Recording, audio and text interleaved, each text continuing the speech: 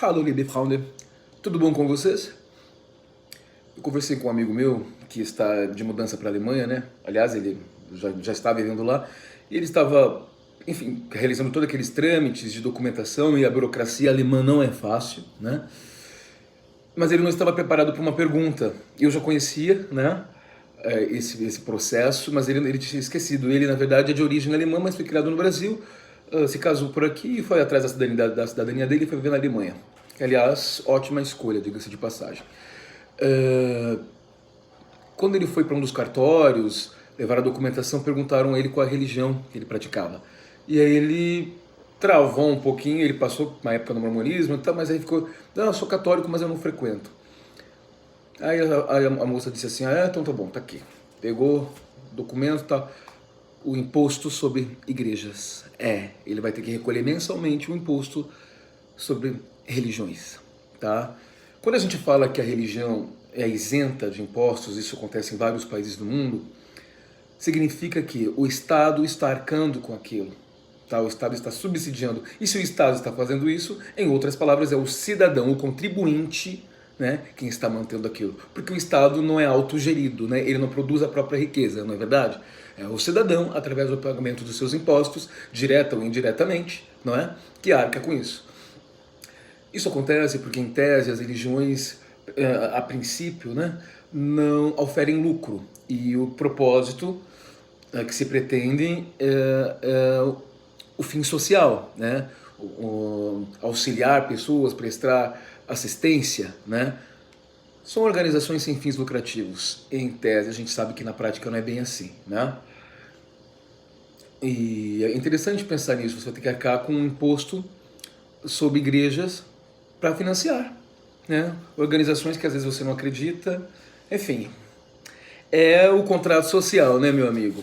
O ser humano abriu mão de da liberdade de viver e tal, fundou a sociedade, criou suas sociedades, cada um cede um pouco pelo bem maior, né? Na prática também é uma coisa que eu não sei se acontece, né? Depende muito da situação, do lugar que tu ocupa no mundo, enfim, aí é bem questões muito mais amplas, né? A um cidadão que acompanha meu canal, é interessante que essas pessoas, eu não sei o que você passa com elas, se eu não estou te agradando, não assiste o canal, sabe? Não assiste. Mas ele fez inúmeros comentários, ele demora uns 40 anos, coitado, chegou a dar pena. E é óbvio que ele não consegue raciocinar para além daquilo, ele só enxerga aquilo, que é tudo que ele viu na vida, né? E analisei o perfil ali, tem aquela, né, dá a sensação que a gente tem aquela pessoa coitada, né? Não viu muita coisa na vida mesmo, tudo que ela viu foi ali dentro, é só o que ele conhece. E olha, eu te respeito por isso, tá? Mas desculpa, tu não se deu conta que você só corroborou as coisas que eu disse. Mas ele disse o seguinte, ele falou, apresenta então uma alternativa ao mormonismo, como se não houvesse, né? Existem várias. Mas deixa eu te dizer uma coisa, eu não tenho que te apresentar nada. Eu não sou guru, eu não sou líder de seita, eu não sou profeta, eu não estou aqui cobrando dinheiro de ninguém, eu não estou aqui ameaçando ninguém, eu não estou aqui fazendo promessas a ninguém. Eu não tenho seguidores, eu nunca pedi para ninguém me curtir aqui o que eu publico, né? Eu inclusive tenho vídeos, a maior parte dos meus vídeos tem mais visualizações do que curtidas, do que pessoas que seguem o canal efetivamente, tá? Não sou líder de seita, não me propus a isso. Eu não estou aqui te dizendo, oh, se você não me dá ouvidos, você vai pro inferno. Se você não lê esse livrinho aqui que o anjo me falou, eu, né, invento aquela mentirada toda, aquela conversa fiada toda de pedrinha, de não sei o que, de plaquinha de ouro, olha, chega a me irritar, cara, sinceramente. Não estou pedindo nada para ti. Eu tenho aqui pessoas que em alguma medida concordam com o que eu estou dizendo, né? Então a gente vem aqui e mais ou menos interage, né? Passo para vocês aquilo que eu acredito e ponto final. Se quiser, se gostar, gostou. Se não gostou, não gostou. O problema é teu, tá bom? Fica lá, fica na igreja Mormon. Para ti, eu acho que quando a realidade se abrir aos teus olhos, eu acho que você não sobrevive, não. Fica lá é pro teu próprio bem. A ignorância nesses casos é um escudo protetor, né? Porque uma pessoa com esse nível de fanatismo, né? Com esse nível de doença religiosa, né? Fundamentalismo, né? Conservadorismo, etc. Se o céu se desanuviar um pouco, né? Se a pessoa se deparar com o que a gente está falando aqui, se deparar com fatos reais, com provas, comprovados, coisa que a religião não faz, que a tua igreja não te oferece, eu acho que você não sobrevive. Certo? Outra coisa, por acaso encontrei uma pessoa, né, que há muitos anos eu não via, essa semana na Paulista, né? E ela é mormon, está praticando e tal. Ela disse, eu estou procurando trabalho, porque as coisas estão bem difíceis e tal. Aí eu gosto de dar uma provocada, né? Eu falei, mas e a igreja está te ajudando, né? Ela falou, eu fui à igreja semana passada e conversei com a presidente da Sociedade de Socorro, que é uma organização de mulheres, tá? Sabe qual foi a resposta da presidente da Sociedade de Socorro para ela? Pois é, irmã. Olha, veja como os mormons são ocos. Eles são impermeáveis a qualquer tipo de sensibilidade ao próximo. Não tá na minha igreja, não tá fazendo o que a gente manda, o que a gente aconselha, né? É tudo conselho, né? Não tá fazendo o que a gente manda, que é a palavra correta, o que a gente ordena fazer. Se não fizer, se você não se comportar como um rebanho de ovelhas, meu amigo, problema teu. É que eles esqueceram da parábola das ovelhas, né, do bom pastor, né, que abandona, que deixa todas as ovelhas lá e vai buscar a ovelha desgarrada porque ela é mais valiosa aos olhos dele. Os mormons não leem a Bíblia é só, tá lá debaixo do braço, mas é só, de vez em quando a gente dá uma olhadinha aqui ali só para dizer que é cristão, mas não é porcaria nenhuma, tá?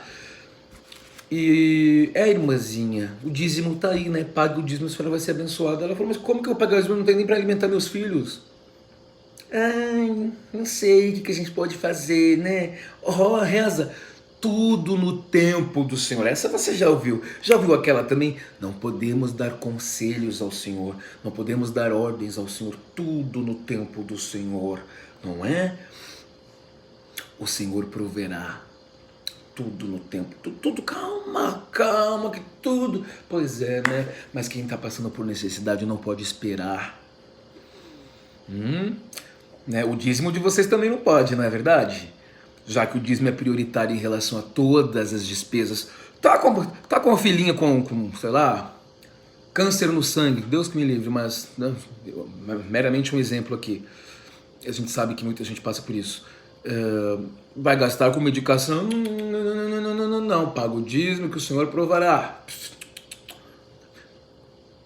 Tá com problema, tá desempregado, tá com aluguel atrasado, tá com condomínio atrasado?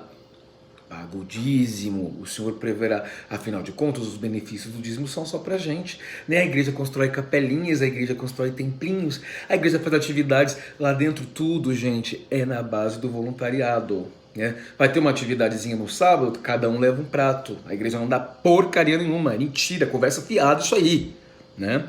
Aliás, falando nisso, uma vez passei em frente à capela à noite, eu estava aí no mercado, passei em frente à capela, eu ficava na avenida principal, né? Anos atrás.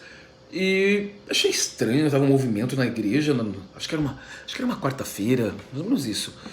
Olha que esquisito, mas ninguém avisou que teria alguma coisa. Passei, estávamos eu, mais um ou dois amigos. Fui até lá e vi que as pessoas estavam muito bem vestidas, né? Entrei, assim que eu cheguei, encontrei com um sujeito que depois aconteceu uma coisa muito engraçada com ele, né?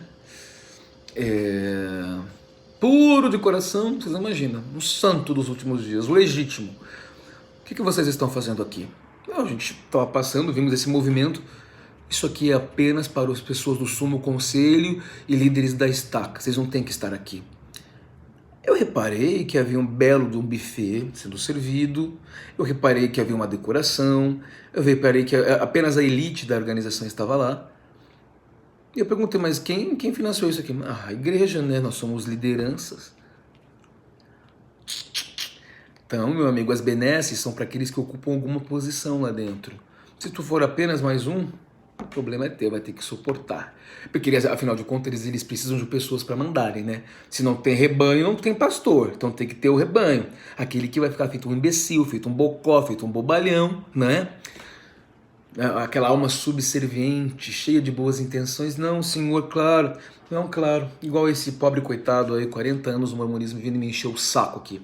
Né? Um pobre coitado, fica lá, continua servindo aquelas pessoas, ou quem sabe, se você já conquistou o respeito delas, fique lá mandando na vida delas, tá bom? Quero falar um pouquinho com vocês sobre um texto que Sigmund Freud publicou em 1927, tá? Chama-se O Futuro de uma Ilusão. É o título desse vídeo. Mormonismo, o futuro de uma ilusão. Ele faz aqui uma crítica visceral às religiões de um modo geral. Claro que o nosso foco aqui vai ser sempre o mormonismo, tá? Não vou me dirigir a todas elas, porque eu não conheço todas, não tenho a menor inclinação para isso, né? Talvez, sob o ponto de vista teológico, científico, quem sabe, mas não para, né, frequentar. E nesse momento, Freud já estava com câncer de boca muito avançado, então você imagina o sofrimento que ele não passava. Ele faz uma crítica ao processo civilizatório, né? Ele fala que não houve uma distribuição igual das riquezas materiais, as leis não garantem a proteção contra a violência da humanidade. E por mais que controlemos a natureza, somos completamente passivos às imprevisibilidades. Aí aqui ele diz o seguinte: ao passo que os dois primeiros impasses dão-se na esfera individual, né, a questão do processo civilizatório e da violência, né, o último se dá na esfera da sociedade como um todo. Afinal, a natureza fez a todos por igual e o controle dela sempre se deu na esfera social. A crítica que ele faz à religião é enquanto uma ilusão, né? Como o ser humano não consegue entender o motivo das suas dores, não consegue entender como tudo isso, o fenômeno que é a existência e principalmente o sistema que o próprio ser humano criou para viver, em que pessoas vivem em sistemas de castas, são distribuídas em estratos sociais, né?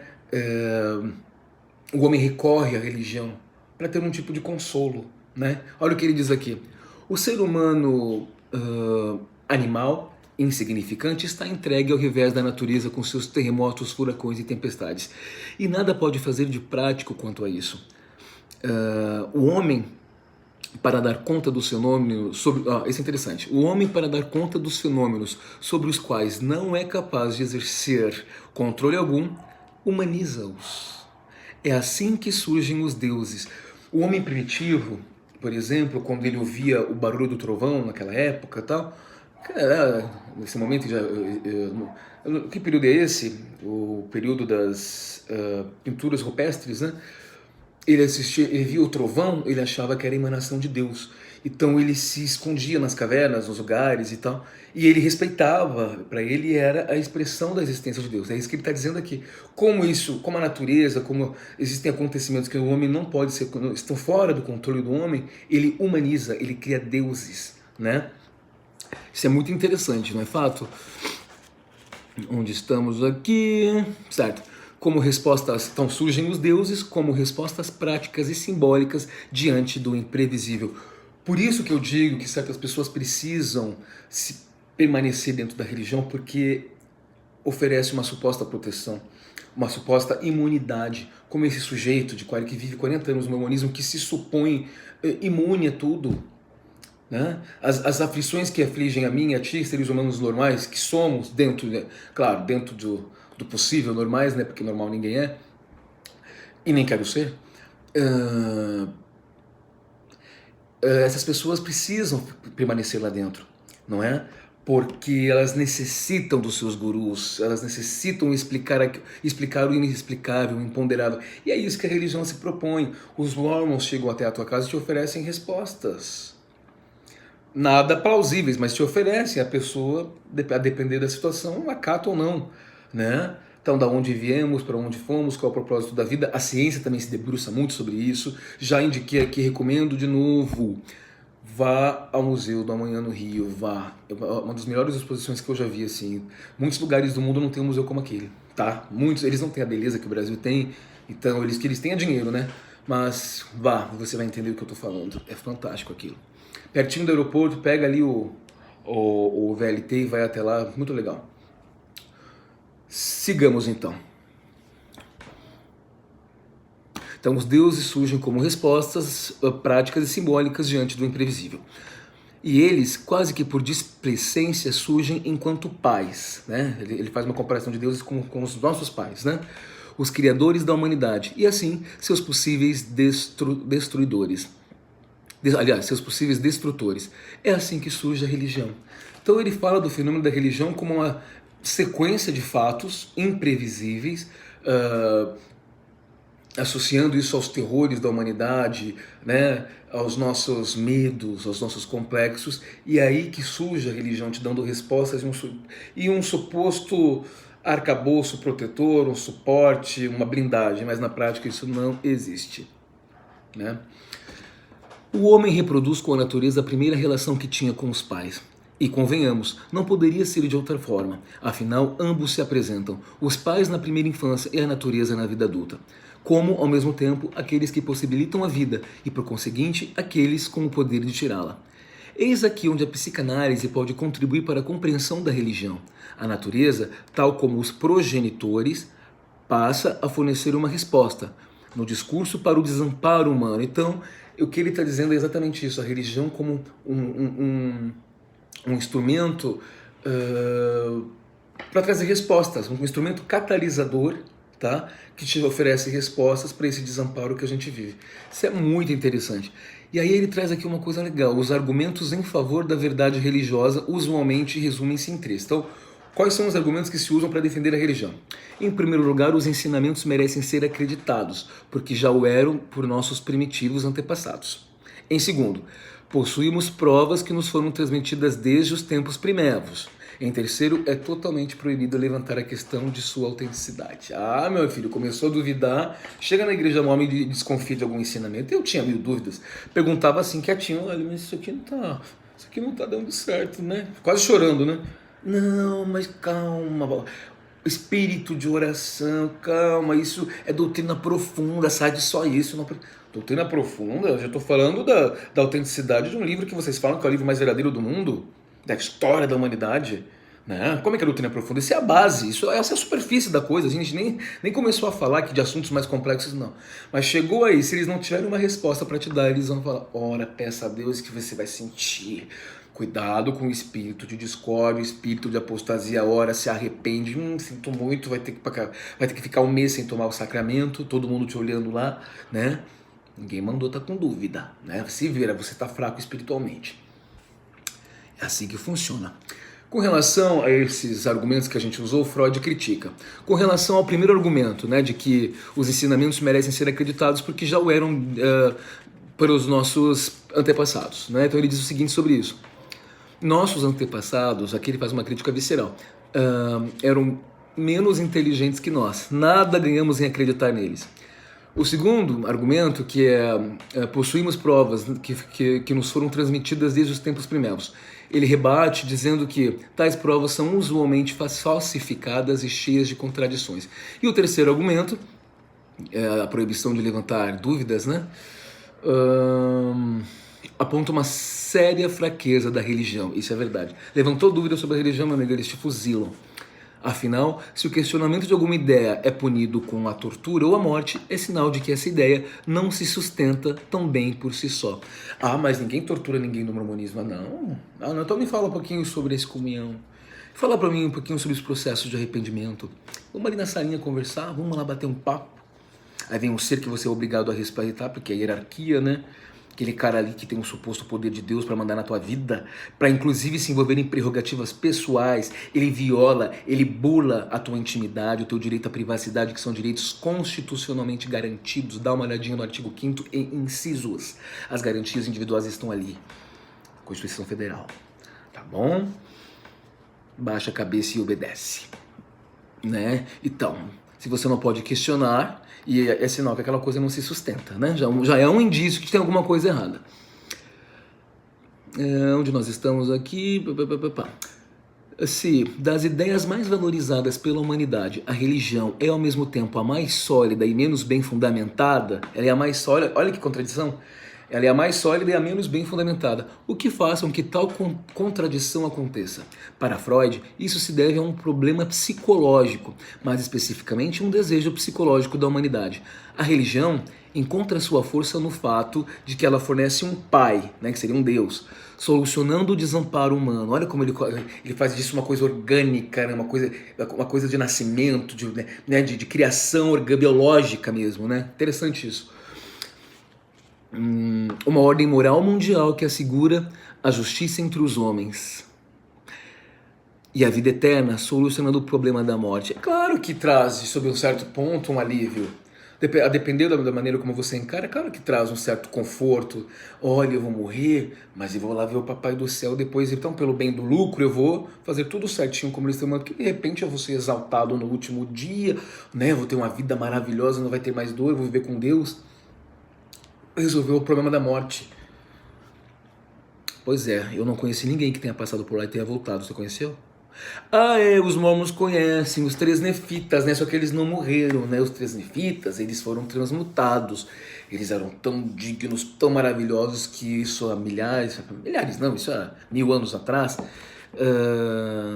receberam o dom de vida, de não morrer, não vão passar pela morte. Inclusive, nas reuniões de testemunho, sempre aparecia um louco, lunático, delirante, paranoico, dizendo que tinha visto os três nefitas na missão, quando ele seguiu a missão.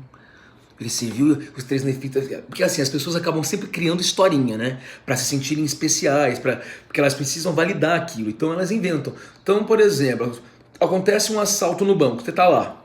Ele vai no domingo na igreja e diz o seguinte: eu fui feito de refém, o cara colocou uma arma na minha cabeça, ele apertou o gatilho e nesse momento eu rezei e a arma travou. As pessoas inventam história para justificar as suas fés. Minha mãe fazia isso de monte. Nossa, e algumas histórias eu presenciava do começo ao fim. Eu falava: filha, não foi isso que aconteceu, filha. Não, mas não é bem assim. Por exemplo, ela cismava, passou a vida dizendo que eu aprendi a ler com o livro de Mormon. Não, eu aprendi a ler no colégio. Ocorre que o primeiro livro que eu tinha em casa, eu só tinha livro dos Mormons, aquela porcaria. Então eu li o livro dos Mormons, fui treinando. Eu lembro até qual foi a primeira palavra que eu li. Mumu, que era a marca de um doce de leite. A gente chama Mumu no Rio Grande do Sul, Mumu, né? Doce de leite. E minha mãe contava isso para todo mundo. Olha, ele aprendeu a ler. Não, eu fui ensinado, né, no colégio, né, educação secular, com professor habilitado para isso, né? Aprendi a ler muito rápido, mas foi no colégio, tá? Então eles criam historinhas para validar, né? E é isso que a religião faz com a pessoa. A pessoa entra em delírio, tá? É uma espiral de delírios. Agora, Freud começa a criticar severamente a persistência da religião na sociedade. Ele, olha para você ver, né, o dano que isso pode trazer para a pessoa. Ele aponta que a religião não é efetiva em tornar o homem mais feliz. Também acho que não. Também acho que não. Via de regra, né? Como eu disse, eu acho que em alguns casos o cara precisa ficar lá dentro. Precisa, né? Assim, já que existe, né? Se não existisse seria melhor, mas para a pessoa poder ver a realidade, né? Mas aí cada um tem a sua realidade, cada um tem o seu mundo, né? Mas eu acho que existe uma ética universal, né? Coisas que a gente deve fazer, coisas que não. Existem padrões universais, né? Agora, o cara quer acreditar naquilo. E se imagina esse cara, esse pobre coitado que está 40 anos lá dentro, ver toda a sua crença desabar na frente dele. Esse cara é um passo para o precipício, meu amigo. Você pode ter certeza. Nesse caso, ele fica ali que ele é melhor para ti. Você não tem, né, eu acho que você não tem capacidade mais de viver sem isso. Desculpa, sinceramente eu acho que não. Boa sorte para ti. Então ele faz essa crítica aqui, né?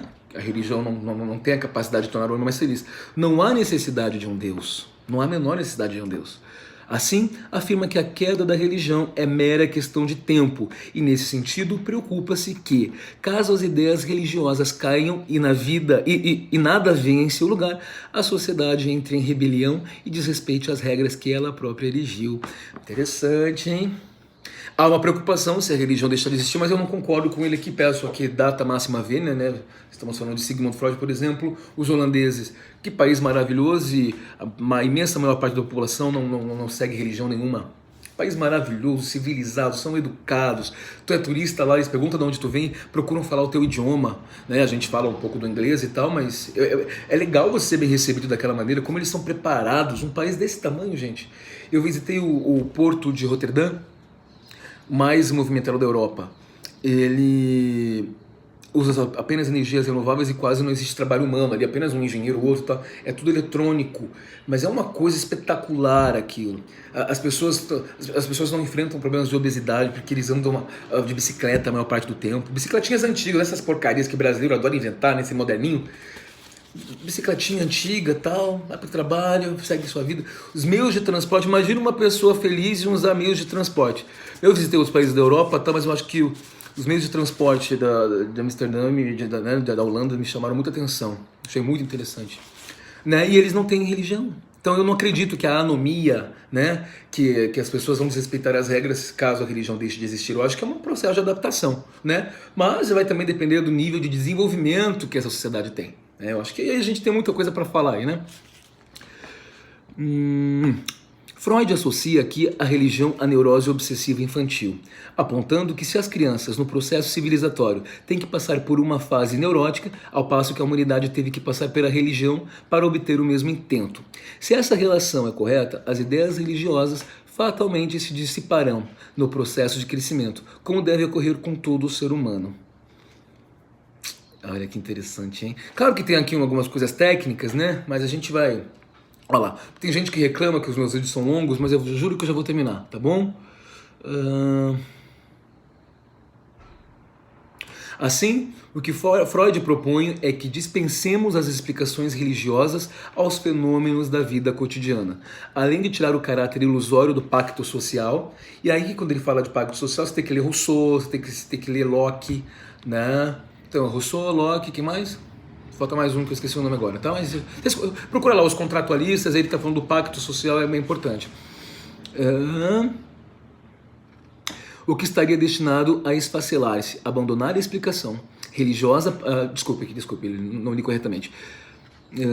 Abandonar a explicação religiosa possibilitaria um sistema de leis baseado em regras históricas, sociais e assim mutáveis. Isso acontece, por exemplo, no Reino Unido, né?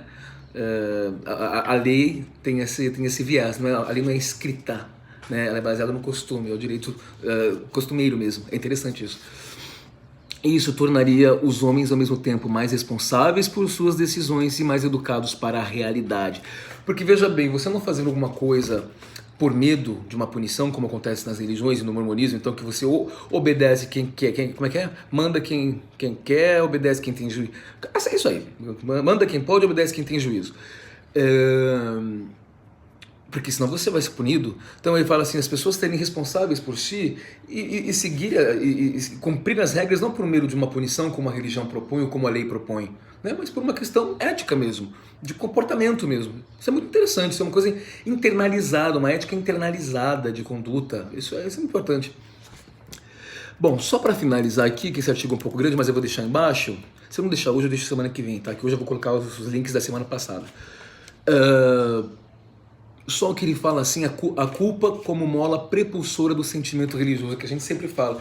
A culpa é uma mola essencial da religião. Se ela não te conseguir te fazer sentir culpado, você não vai obedecer. Logo, você não vai fazer o que eles mandam. Para eles não é interessante. Eles querem ter o controle sobre a tua vida. É assim que os mormons agem, por exemplo. Tá? O que ele diz aqui é o seguinte. Na infância, o Freud foca muito na infância e tal, nos traumas, que para ele os nossos traumas surgem realmente na infância e tal. Na infância, toda criança deve, em dado momento, abrir mão de seus amores e ódios intensos pelos pares parentais e recalcar tais sentimentos. Já ouviu falar no complexo de Édipo? Isso é real, gente. Ele fez uma releitura, né, da obra de Sófocles, Édipo Rei, que é um mito grego, e ele fez uma releitura disso, e com isso ele explica como se diz, os rancores, né, os desafetos entre pais e filhos, né. Então o complexo de Édipo é muito interessante, né, porque na peça Édipo se apaixona pela própria mãe. E é terrível, terrível a história, mas ele não sabe que é a mãe, tá? Então, tem todo um enredo, ali é uma peça, é um drama mesmo, uma história grega, né? E quando o Freud faz essa leitura, ele está dizendo que os filhos nutrem sentimentos com os pais, às vezes antagônicos, né? E ainda mais, o que acontece? Às vezes a mãe, olha só, olha para isso é real, gente. Eu já vi casos assim. Inclusive minha própria psicóloga um dia comentou comigo um caso dela. A mãe às vezes tem uma rixa com a filha mais velha, ela não percebe porque isso é inconsciente. Desculpe aqui, eu não sou da área, tá? Se eu falar alguma coisa errada, pelo amor de Deus, me corrijam. É que eu gosto, a gente lê e conversa com amigos, enfim. Nutre em relação à filha mais velha, às vezes, sentimentos rivais, antagônicos e tudo mais, porque teme que o marido, o pai da guria, veja ela na filha, né? Dadas as semelhanças. Então a mãe já está envelhecendo, está passando, e a filha mais velha crescendo, então ela nutre uma concorrência às vezes com a filha. Tudo isso são processos inconscientes. Eu já vi mães criarem os filhos, tratarem a filha mais velha muito mal e dar todo o amor para as outras. Tem um caso muito próximo, inclusive. né? Inclusive minha psicóloga falou, olha, o terror da minha vida é minha filha mais velha, mas eu não deixo isso, eu sei, eu tenho treinamento para isso, trato minha filha com todo amor, com todo respeito, porque eu tenho que trabalhar isso, mas isso é um inconsciente, né? Nós somos, gente, nós somos matéria, é louco isso, né? Dá uma olhada depois no Complexo de Édipo, leia a tragédia, né? Que aí é um mito mesmo de Sófocles, e depois leia o que o Freud diz sobre isso, tá bom? Então, a gente estava falando aqui das crianças, né, que em dado momento eles precisam abrir mão desses amores e ódios intensos em relação aos pais. Para atingir tal intento, a cultura proíbe o incesto e o parricídio. E tais leis ficam interiorizadas no psiquismo do homem de tal forma que ele não consegue mais sentir prazer nesses desejos. Antes, sente culpa. Então a culpa até vai para além da religião aqui, pelo que ele está falando, né? As imposições culturais, porém, não garantem a extinção dos desejos imorais, apenas impedem sua satisfação. Claro, né? Se a gente fosse colocar em prática tudo que a gente sente, seria complicado, né? Afinal de contas, nós somos capazes de sentir absolutamente tudo, cada um com a sua natureza, mas seres humanos são complexos, né? Assim, é mais correto pensar no psiquismo como uma batalha constante entre pensamentos inconscientes e o recalque, do que imaginar a barra do recalque como um muro estático de onde nada sai. Se o psiquismo parece rejeitar a cultura, resta saber como é que é. Não obstante, acabamos por não escrever na sociedade e dela fazer parte. Não entendi muito bem essa passagem, mas enfim. Freud apontará que o primeiro mecanismo civilizatório é a tarefa identificatória. O que somos e como nos reconhecemos depende sempre de um outro que nos legitime.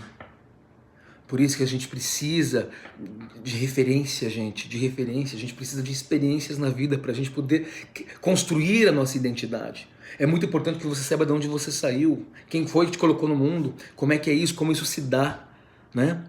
A gente precisa se testar para construir essa identidade. E as religiões nos limitam, porque ela priva de tudo, ela tolhe tudo, tudo é errado, tudo é crime, tudo pecado, não pode. Tá? Congelam seres humanos, tratam as pessoas como se elas fossem iguais, pessoas têm necessidades diferentes, as pessoas são diferentes. Tá? Eu falo demais, né, gente? Vou só para terminar aqui. Freud aponta que o modo propriamente humano de se inscrever no mundo é buscando o prazer e evitando a dor. Isso é verdade. Assim, o homem vive em busca da impossível satisfação completa de seus desejos e a religião, então, nossa, te leva para um mundo de delírios, né? Antes de fundada a sociedade, cada um tinha liberdade para gozar como que quisesse. Então a sociedade é um fenômeno que foi criado num determinado momento. Por isso que é importante você ler Locke, Hobbes e Rousseau. Desculpa, eu tinha esquecido do Locke, do Hobbes. Então, Locke, Hobbes e Rousseau, os contratualistas. Como surgiu a sociedade e por quê? Eles, né, cada um tem uma posição, mas no final das contas se encaixam aí nessa ideia de contratualismo, né? Então o homem, antes da sociedade ser inventada, ele gozava da liberdade, o que quisesse. Isto é, até que um outro mais forte impusesse seu gozo àquele. Assim a sociedade surge em primeiro momento para garantir a segurança contra o corpo mesmo,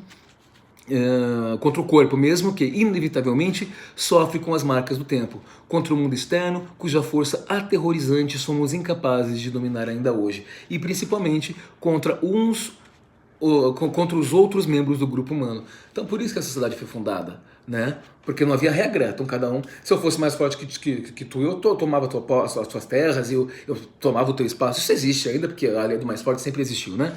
Mas enfim, a sociedade foi fundada com esse intuito, de harmonizar um pouco. Onde que eu estou aqui? Gente, eu vou parar por aqui, tá? Vou parar por aqui porque eu acho que já me estendi demais. Eu vou colocar o link abaixo. Então, o futuro de uma ilusão. O humorismo te oferece ilusões e ele não permite que essas ilusões sejam contestadas, questionadas, confrontadas, tá? Presta atenção nisso. Cuidado com as coisas que eles te ensinam lá, porque eles vão reduzir aquilo que a gente chama de liberdade, né? E na verdade a gente pode questionar muito o que se fala sobre liberdade, como eu já fiz um vídeo sobre isso, mas toma cuidado, porque se eles se apropriarem da tua vida, meu amigo, é difícil de reaver depois. Bom domingo pra vocês. Até mais. Bisdan. Tchau, tchau.